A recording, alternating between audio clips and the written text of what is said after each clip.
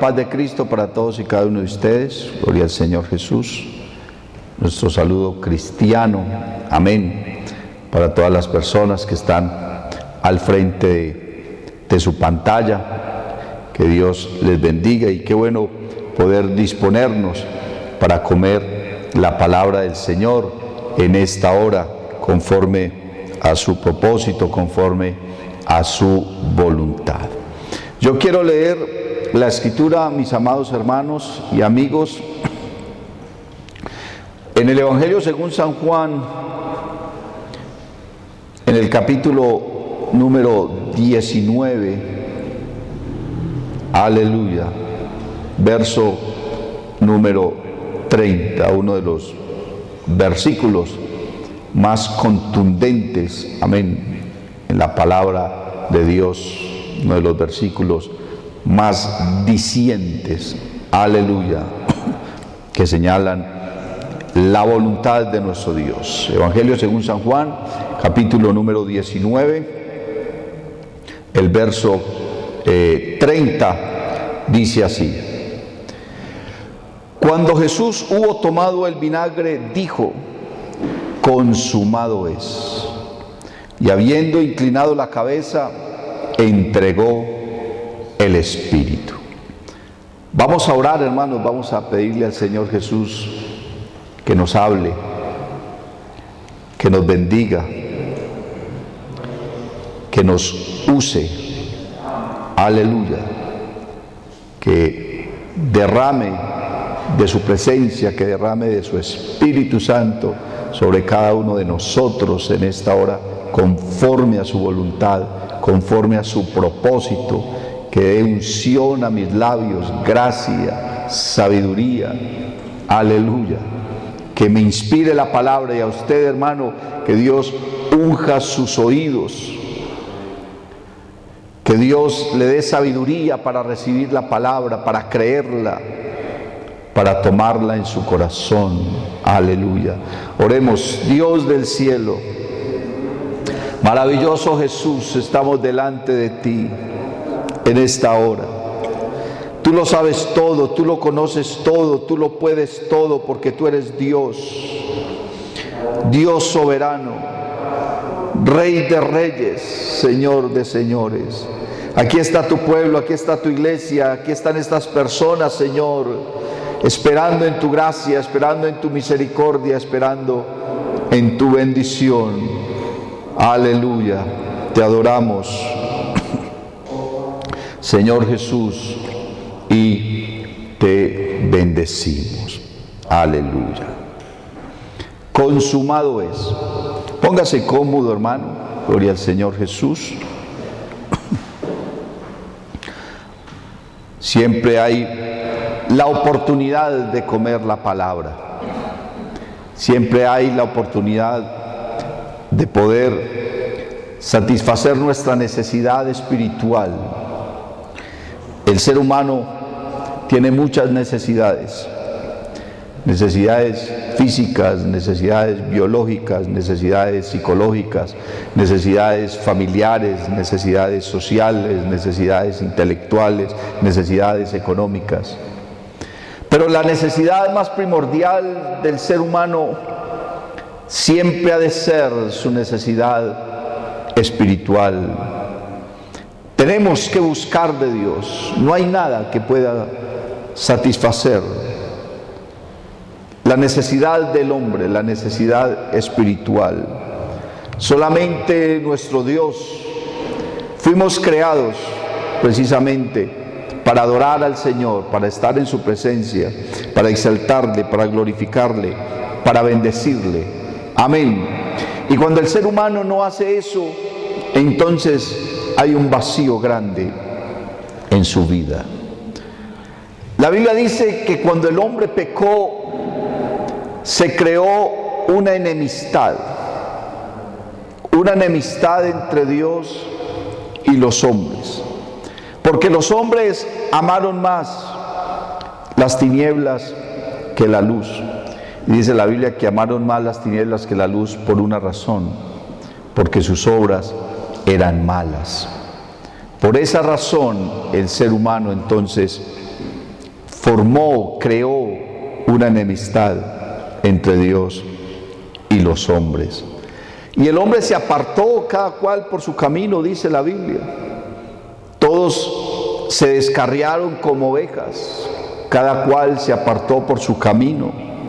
Bendito el nombre del Señor Jesús. Todos buscaban su propio bien, todos buscaban lo que más creían que les convenía y se olvidaron de su Creador, se olvidaron de su Dios, se olvidaron de su Padre.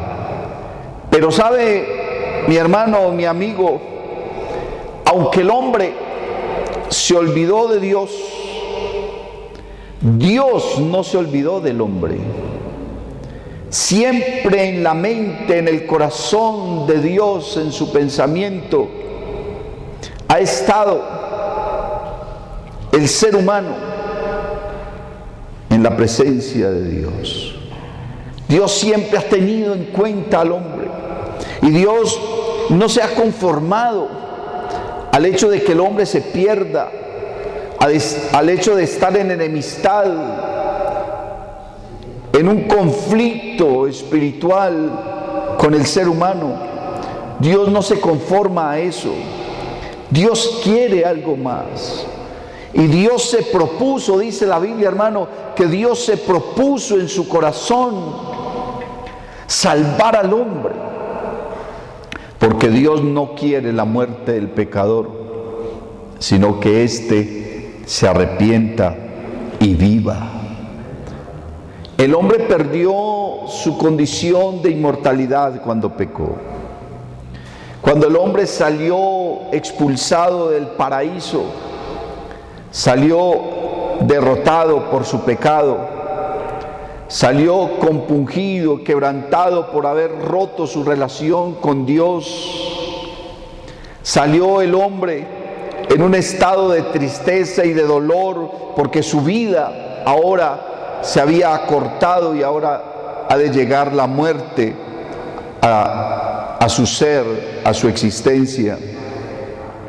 Pero Dios no se conforma a eso. El hombre salió en esa situación del Edén, pero salió con una promesa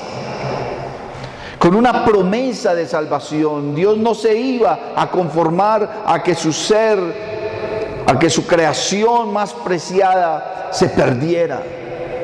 La Biblia dice que la creación del hombre es la máxima obra de nuestro Dios. No sabemos por qué Dios ama tanto al hombre. No sabemos por qué Dios de esa manera, porque dice la Biblia que de tal manera amó Dios al hombre. ¿Sabe que a mí me llama la atención ese lenguaje que usa Juan? Bendito el nombre del Señor Jesús. Juan parece que no encuentra una palabra que pueda describir el amor de Dios. Parece que no la encuentra.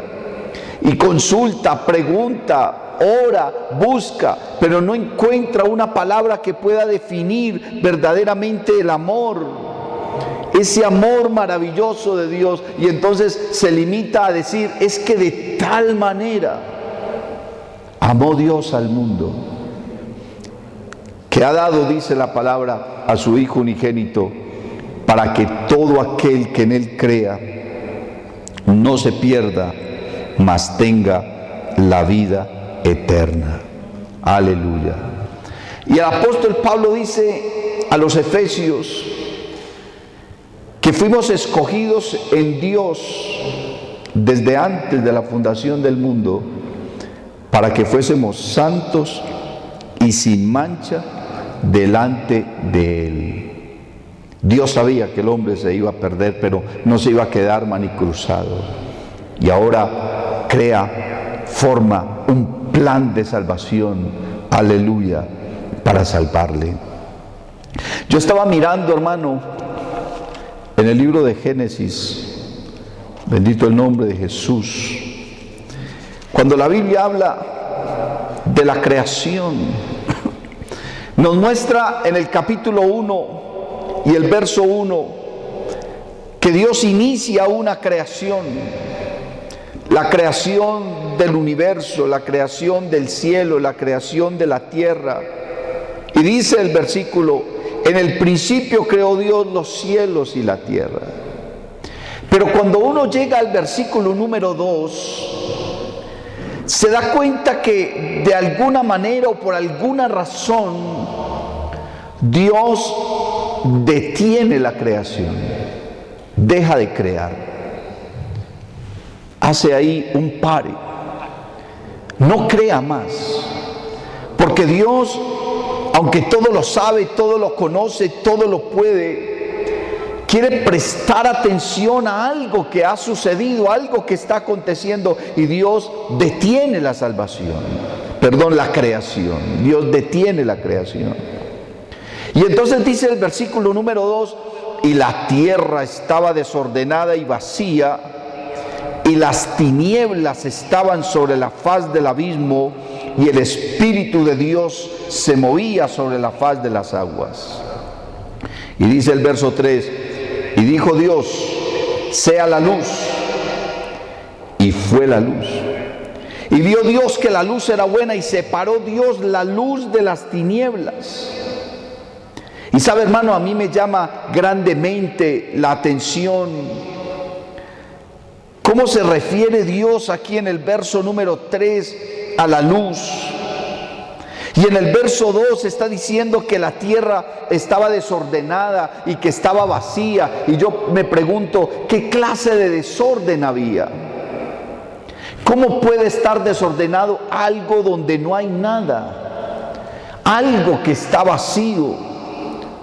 Quiere decir que había realmente, aunque la tierra estaba vacía en cosas terrenales y materiales, había allí una presencia que estaba creando, que estaba formando un desorden. Y aunque el Espíritu de Dios se movía sobre la faz de las aguas, en este mundo estaba sucediendo algo, estaba ocurriendo algo que estaba formando un desorden. Y la Biblia le llama las tinieblas. En el verso número 3 dice entonces la palabra: dijo Dios, sea la luz. La luz que nosotros conocemos, las creó Dios más adelante. Cuando Dios creó el sol, cuando Dios creó la luna, cuando Dios creó las estrellas, cuando Dios creó esas cosas, dice, para que marcaran la diferencia entre el día y la noche. Eso fue más adelante. Entonces, ¿a cuál luz se está refiriendo el verso 3 de Génesis? ¿A cuál tipo de luz? ¿Sabe, hermano? El desorden que estaba creando, o que se estaba creando acá en la tierra, era a causa del diablo y sus ángeles que habían sido desechados de la presencia de Dios. El diablo se había sublevado. Lucero, que era su nombre original, se había levantado contra Dios, había querido darle un golpe de estado a Dios, había querido apoderarse del trono de Dios, de su gloria, de su majestad. Dice el libro de Isaías: ¿cómo caíste del cielo, oh lucero, hijo de la mañana? Tú que decías: subiré a lo alto donde está Dios y seré semejante al Altísimo. Eso es lo que Lucero quiso: destronar a Dios, ser igual a Dios, apoderarse de todo lo que Dios había hecho. Pero Lucero no consideró el poder, hermano, y la capacidad de Dios, y entonces fue desechado de su presencia y sentenciado a condenación eterna. Y dice: para ti y para los que te sigan. Para ti y para los que te sigan. Sean celestiales los que te sigan, seres celestiales, o sean terrenales, el que te siga terminará contigo en tu destino, que es la condenación. Cuando dice el verso 3, sea la luz, lo podemos tomar de manera literal, pero lo podemos tomar también de manera simbólica.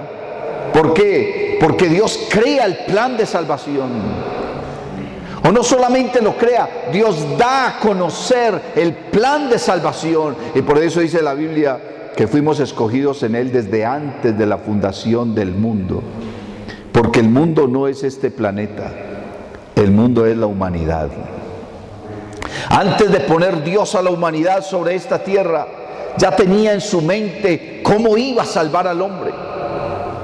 Ya tenía en su mente el proyecto para la salvación del hombre, porque Dios no se iba a quedar manicruzado esperando a que el lucero destruyera todo lo que Él había creado, incluyendo al hombre, que era el ser más amado. ¿Por qué amó Dios tanto al hombre? ¿Por qué te ama Dios tanto a ti? ¿Por qué me ha amado Dios tanto a mí? Si nosotros hemos sido sus enemigos, le hemos dado la espalda, nos inclinamos al pecado, cada cual se apartó por su camino, todos se descarriaron como ovejas. Pero aún así, el amor de Dios, que supera todo entendimiento, porque ¿quién puede entender la mente de Dios? Dice el Señor: porque mis pensamientos son más altos que vuestros pensamientos y mis caminos más que vuestros caminos, dice el Señor. Están por encima de todas las cosas. ¿Quién puede entender la mente de Dios? Nadie. Solo Él. La Biblia habla de la multiforme sabiduría de Dios y dice que la sabiduría de Dios tiene muchas formas. ¿Quién puede entender la mente de Dios? Una mente eterna, una mente infinita, una mente suprema, una mente que lo sabe todo, que conoce las cosas, que llama las cosas que no son como si ya fuesen. Bendito el nombre del Señor Jesús. Dios entonces deja ver y deja conocer el plan de salvación. Deja extender el plan de salvación para una humanidad que todavía no existe. Eso a mí me dice y me habla de un Dios grandioso, de un Dios glorioso, de un Dios sublime, de un Dios poderoso y sobre todo de un Dios eternamente misericordioso. ¿Cómo se dispone a salvar a alguien que todavía no se ha perdido?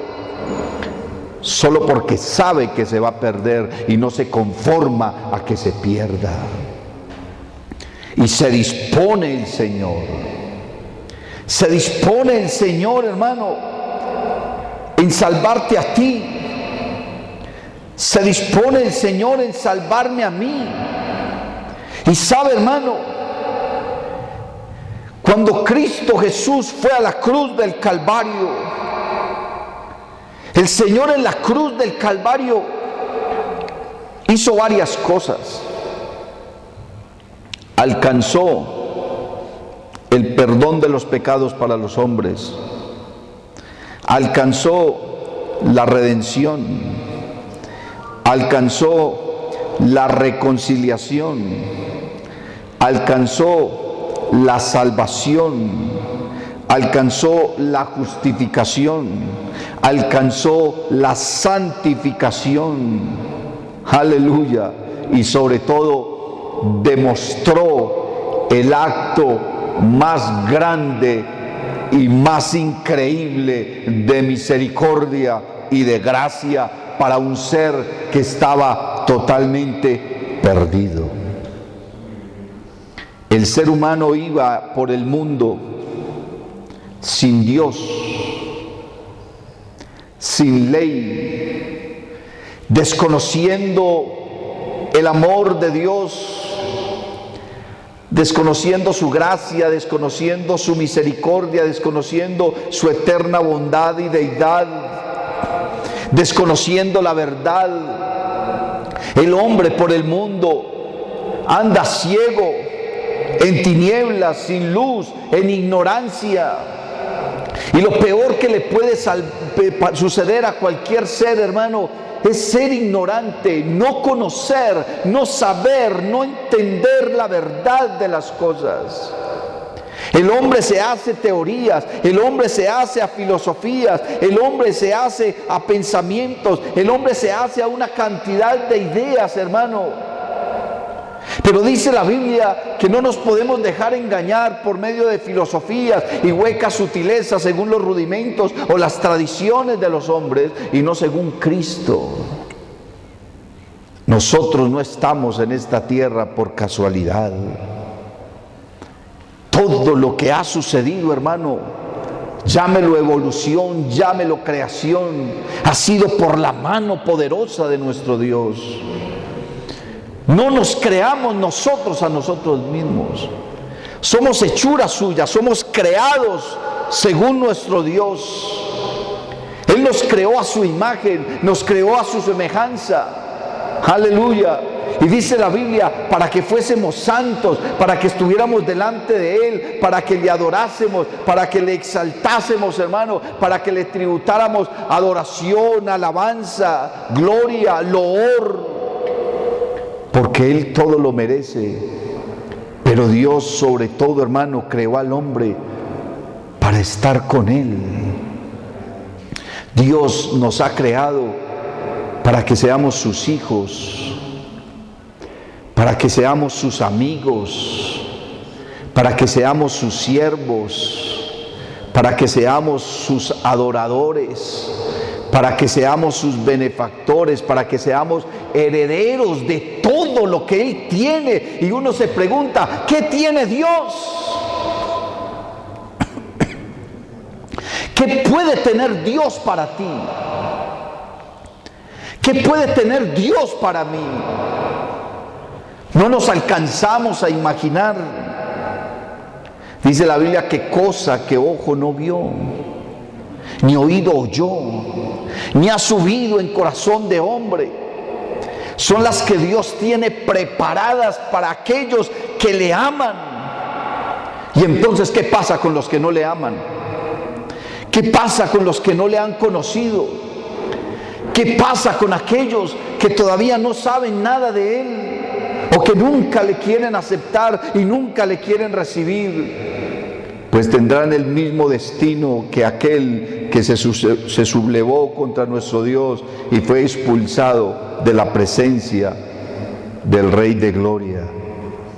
Pero aquellos que le amamos, aquellos que hemos creído a su palabra, aquellos que hemos creído a lo que Él hizo en la cruz del Calvario, hermano, porque nadie ha hecho una obra como la que Cristo Jesús hizo en la cruz del Calvario. Ir a morir por sus enemigos, ir a morir por los pecadores. Y en los últimos instantes de su vida en el madero de la cruz, entonces ruge el león de la tribu de Judá y expresa las palabras más gloriosas y más maravillosas que puedan demostrar y que puedan narrar la palabra de Dios. Consumado es. La obra está hecha. Y no solamente está hecha, es perfecta. ¿Cuál obra? Dirá usted, mi amigo. La obra de la salvación. La obra de la salvación, esa es la obra que Dios ha expresado, esa es la obra que Dios ha manifestado, esa obra, aleluya, en la que Cristo Jesús hizo en la cruz del Calvario, la obra de salvarte a ti, de sacarte del cielo inmundo, de traerte a su presencia, de sacarte de las tinieblas, de tener la posibilidad de que tus pecados sean perdonados, de justificarte, de pagar el precio del pecado del hombre. Porque el precio del pecado del hombre es la muerte. La única manera en la que tú y yo podíamos pagar el precio del pecado era muriéndonos. No había otra forma, solamente muriéndonos. Morir era la única forma de pagar ese precio. Pero Dios se hizo hombre, y se hizo hombre porque en su estado de gloria no se puede morir, ¿cómo se va a morir Dios? Si los que se mueren son los seres terrenales, carnales, físicos, y Dios es un espíritu, Dios no se muere, no puede morir. Y no puede morir no solamente por eso, sino porque Él es el autor de la vida. Él se inventó la vida.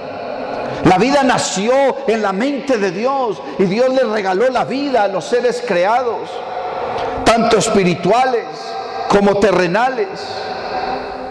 Y entonces, para poder venir a salvarnos a nosotros, tenía que hacerse hombre, porque en su condición de hombre era la única forma que podía morir. Y por eso dice la Biblia que haya pues en vosotros el mismo sentir que hubo también en Cristo Jesús. Bendito el nombre de Cristo Jesús. Eso es lo que dice la palabra de Dios, hermano. Estaba mirando la Escritura cuando el apóstol Pablo le escribe a los filipenses alabanzas al nombre de Jesús.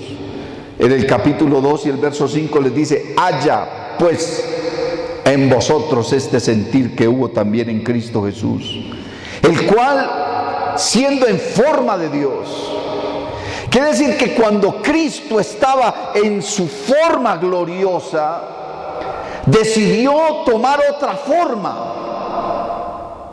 Decidió tomar la forma de un cuerpo humano. Bendito el nombre del Señor, hecho semejante a los hombres y con una actitud de siervo. Dice: haya pues en vosotros este sentir que hubo también en Cristo Jesús, el cual, siendo en forma de Dios, no estimó el ser igual a Dios como cosa que aferrarse, sino que se despojó a sí mismo. Imagínense, nadie lo despojó. ¿Quién iba a despojar a nuestro Dios? Nadie lo despojó, hermano. Él se despojó a sí mismo. Él por sí mismo tomó esa forma de siervo. Se hizo semejante a los hombres. Dice: se despojó a sí mismo, tomando forma de siervo, hecho semejante a los hombres, y estando en la condición de hombre, se humilló a sí mismo. Aleluya. Haciéndose obediente. ¿Obediente a quién? Obediente a sí mismo. Eso es lo que el mundo trinitario no ha podido entender.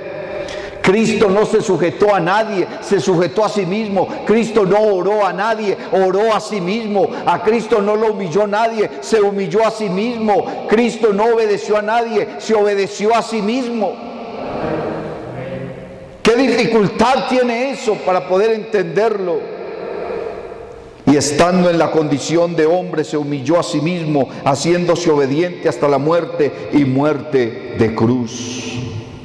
Y dice la Biblia: por lo cual Dios también le exaltó hasta lo sumo y le dio un nombre que es sobre todo nombre, para que en el nombre de Jesús se doble toda rodilla de los que están en los cielos y en la tierra y debajo de la tierra, y toda lengua confiese que Jesucristo es el Señor, para gloria de Dios Padre.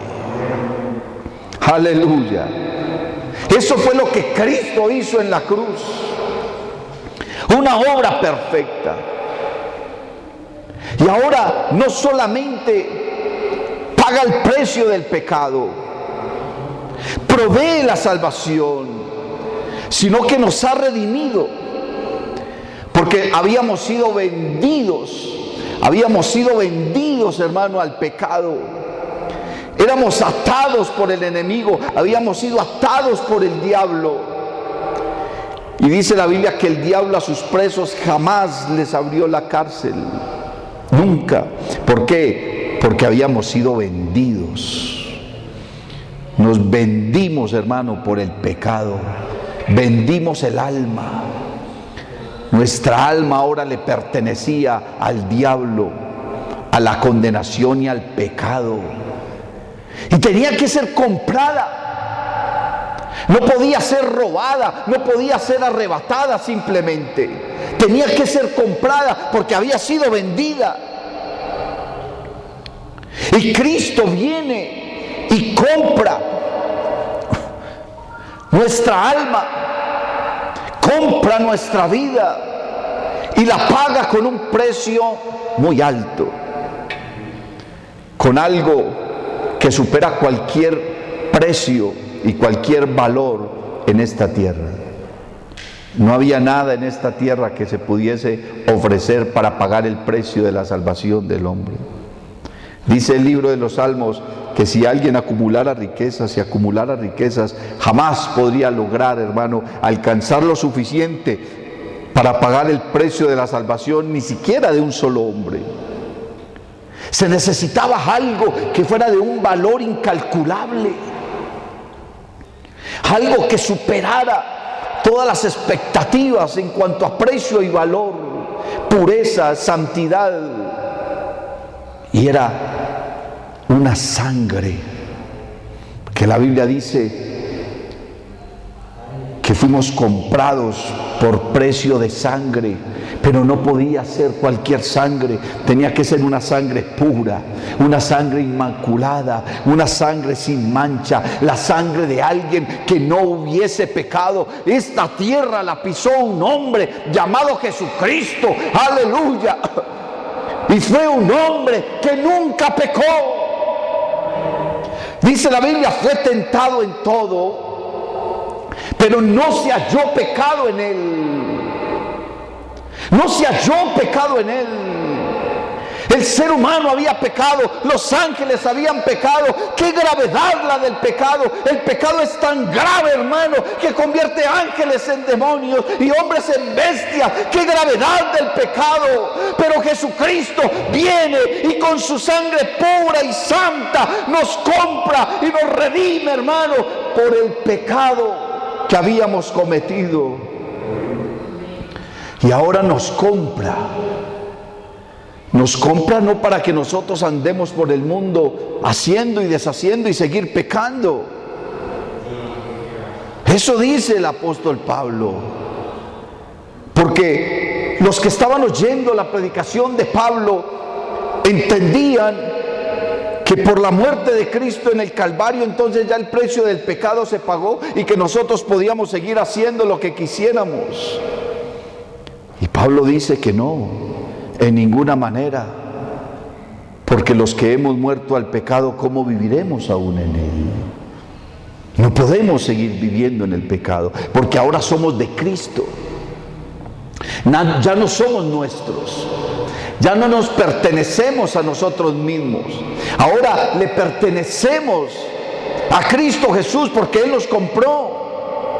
Algunos dicen, no, es que yo vivo mi vida. ¿Cuál vives tu vida? Tu vida nunca ha sido tuya. Tu vida fue vendida al pecado. Tú te convertiste en un esclavo del pecado. El que practica el pecado, esclavo del pecado es. Tú eras un esclavo del mundo, un esclavo del diablo, un esclavo de tu concupiscencia, de tus debilidades, de tus pasiones. Tú eres un esclavo. Pero ahora Cristo Jesús nos ha comprado. Y somos de Él y nos ha hecho libres del pecado, pero ahora somos esclavos de Cristo. Y como dice Pablo, con Cristo estoy juntamente crucificado y ya no vivo yo, Cristo vive en mí. Realmente nosotros nunca hemos sido dueños de nosotros mismos, nunca. Y el ser humano nunca será dueño de sí mismo. O eres de Cristo o eres del diablo. La Biblia, en la carta de Juan, en el capítulo 3, habla de los hijos de Dios y habla de los hijos del diablo. Capítulo 3, léalo allá en su casa, mi hermano y mi amigo, para que no piense que somos ofensivos, que queremos rebajar al ser humano a una condición. No, es que el ser humano se rebajó a esa condición él mismo. El ser humano perdió la identidad de ser hijo de Dios cuando pecó. Y usted puede creerse muy buena persona, usted puede hacer muy buenas obras, dar muchas dádivas, usted puede hacer lo que quiera, pero usted es un pecador. La Biblia dice, por cuanto todos pecaron, Están destituidos de la gloria de Dios. Todos los hombres pecaron. Y por cuanto todos pecaron, todos están destituidos de la gloria de Dios. No hay un ser humano que pueda salvarse por sus propios medios. No lo hay. Fuimos comprados a precio de sangre. Y entonces pertenecemos al Señor Jesús. Nuestra vida no es nuestra.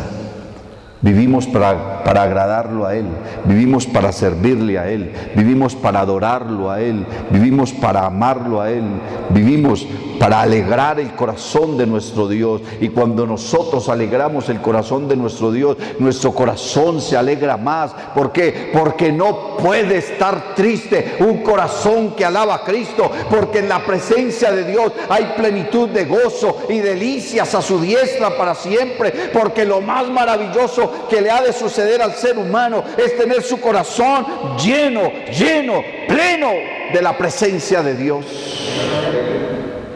Es lo más grande, es lo más sublime, es lo más maravilloso. Cuando usted es lleno de la presencia de Dios, usted no quiere que ese instante se acabe, usted no quiere que ese instante termine, sino que eso permanezca y permanezca. Cuando somos llenos del Espíritu Santo, si usted está sentado, se pone en pie. Si está de pie, hermano, levanta las manos y quiere saltar. ¿Por qué? Porque usted quisiera irse de una vez con el Señor.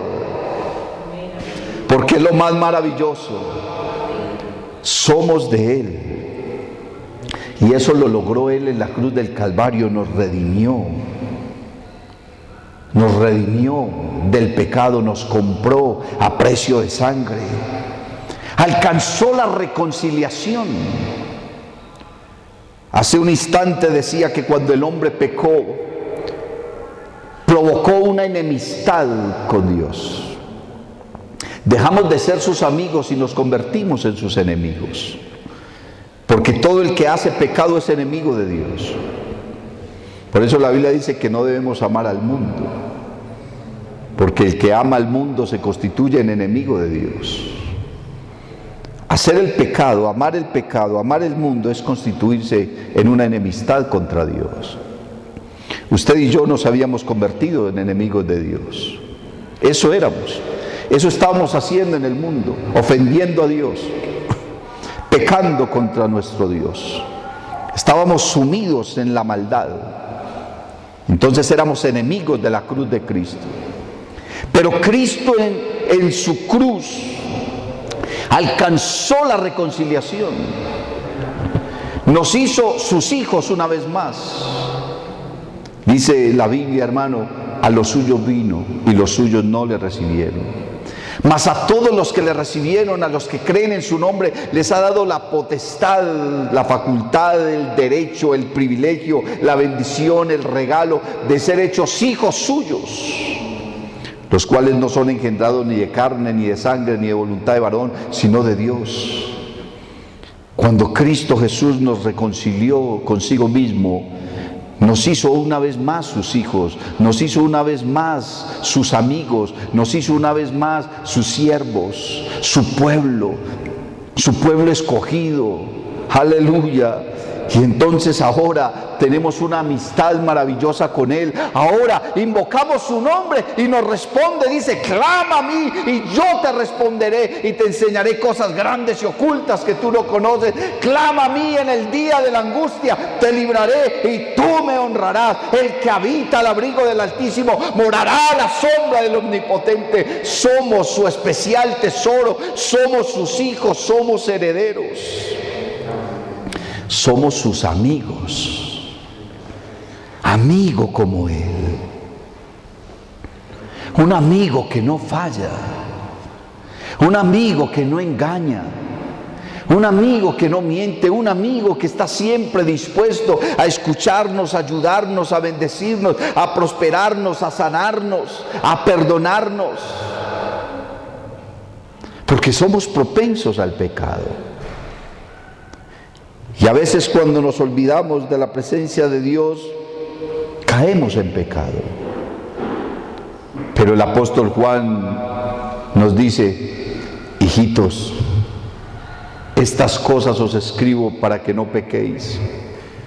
Pero si alguno hubiese cometido pecado, abogado tenemos para con Dios a Jesucristo el justo. Él es la propiciación por nuestros pecados. Qué Dios tan grande, hermano, que nos perdona, nos libra de la muerte, nos libra de la condenación, nos libra de nuestros enemigos. Qué Dios tan grande que se apiada de nosotros, que entiende nuestra situación, nos entiende tanto que Él se hizo hombre y estando en la condición de hombre, sufrió lo que todo ser humano ha sufrido. Es más, ningún ser humano ha sufrido como sufrió Cristo. La Biblia lo llama varón de dolores, experimentado en quebranto, dice el libro de Isaías. Y nosotros, ¿qué hicimos? Nos olvidamos de Él, lo dejamos.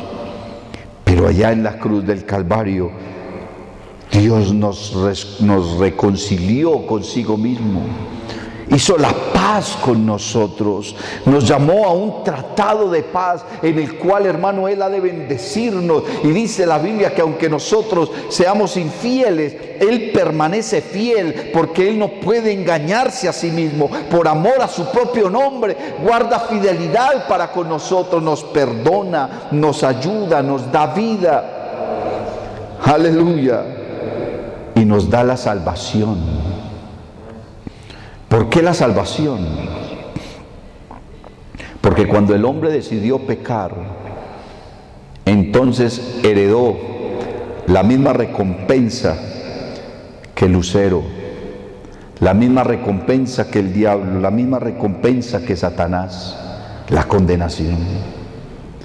Sobre la cabeza de Satanás hay una sentencia de condenación. Sobre la cabeza de todos sus seguidores, los ángeles que pecaron, hay una sentencia de condenación. Sobre la cabeza de todo ser humano que ha rechazado a Dios, hay una sentencia de condenación. Cuando Cristo Jesús nació, hermano, allá en Belén, entonces el ángel le dijo a los pastores: no tengan miedo, porque os ha nacido hoy en la ciudad de David un Salvador, que es Cristo el Señor. Dice, y Él salvará a su pueblo de sus pecados. El ángel le dijo a la Virgen: y llamará su nombre Jesús, porque Él salvará a su pueblo de sus pecados. Nos salvará de la condenación, la sentencia de condenación que estaba sobre nuestra cabeza. Dice la Biblia que Él la clavó en la cruz del Calvario, hermano. El acta que había en contra tuya, el acta que había en contra mía, fue clavada en la cruz del Calvario, hermano. Y Dios perdonó tus pecados, los ha sepultado en el fondo del mar para no acordarse nunca más de ellos. Por eso Cristo en la cruz del Calvario, hermano, ruge: consumado es. ¿Y para qué hizo eso? Dice Juan: para que todo aquel que en Él crea no se pierda, mas tenga vida eterna. Para que todo aquel que en Él cree, y si tú puedes creer en esta hora en Cristo Jesús, serás perdonado, serás salvado, serás redimido, serás una vez más su hijo, serás una vez más su amigo. Para que todo aquel que en Él cree no se pierda, mas tenga vida eterna. Y dice el Señor: yo, la luz, he venido al mundo, para que todo aquel que cree en mí no permanezca en tinieblas. Y dice la Biblia, hermano, que Dios ha pasado por alto los tiempos de esta ignorancia. Y habiendo hecho eso, ahora manda a todos los hombres en todo lugar que se arrepientan.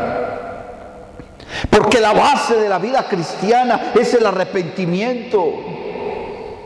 Es sentir dolor por haber pecado, por haber ofendido a Dios, por haber hecho el mal. Y en ese arrepentimiento prometerle a Dios que le va a entregar la vida. Que ahora queremos ser sus hijos, que ahora queremos ser su pueblo. ¿Por qué? Porque Él hizo en la cruz del Calvario una obra perfecta. Él terminó y culminó una obra en la cruz del Calvario. Ya Dios hizo, hermano, lo que tenía que hacer. Ahora depende de ti, mi hermano. Ahora depende de ti, mi amigo. Entregarle la vida a Él. Vivir en santidad. Creer a su palabra. Creer a sus promesas. Esperar su venida. Y seguir disfrutando de su gracia. Y seguir disfrutando de su misericordia. No queda otra opción. No queda otro camino. Solamente el camino de la salvación, solamente el camino de Cristo Jesús, solamente el camino de la verdad. No queda otro camino. El Señor Jesús dijo: yo soy el camino, yo soy la verdad, yo soy la vida. Él es el camino, Él es la verdad, Él es la vida. Aleluya. Y si tú hoy oyes su voz, no endurezcas tu corazón. Ven a Él. Ven a Cristo Jesús. Alabanzas a su nombre. Dios te bendiga. Si te ha gustado esta predicación, te invito para que visites mi canal en YouTube y en Facebook, Eduard David Tabord. Suscríbete y activa las notificaciones. Estoy seguro de que esta palabra será poderosa para tu vida.